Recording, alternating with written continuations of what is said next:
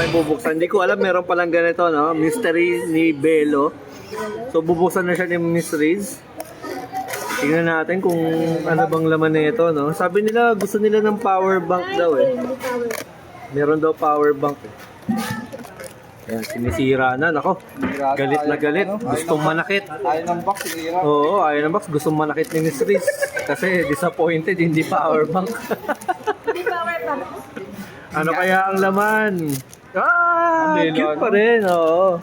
Masaya pala. Cute pa din. Meron pala, may pampakapal, oo. Masaya pala. Kaya baka meron pa laman yan. Baka may iba pa. Ito yung ano niya, yung binili niya talaga yun. Dewy Essence Maganda rin yung Sunscreen. pink niya na bag, no? Maganda. Transparent. Tsaka keychain din siya. Kamukha siya nung sa IKEA, di ba? Yung parang sa IKEA na. Nakalaki yan sa IKEA. No, ganda.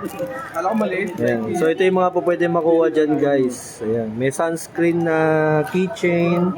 May Belo din na Sun Expert backpack. Tapos ito yung mini tote na nakuha ni Miss Riz. Ito yung power bank na sinasabi nila yung secret. Oh, di ba? Panalo. Oh, yan na yung Belo, guys. Kung bibili kayo, 399 399 pesos lang. Kaya meron doon sa 7-Eleven. Ayan. Thank you.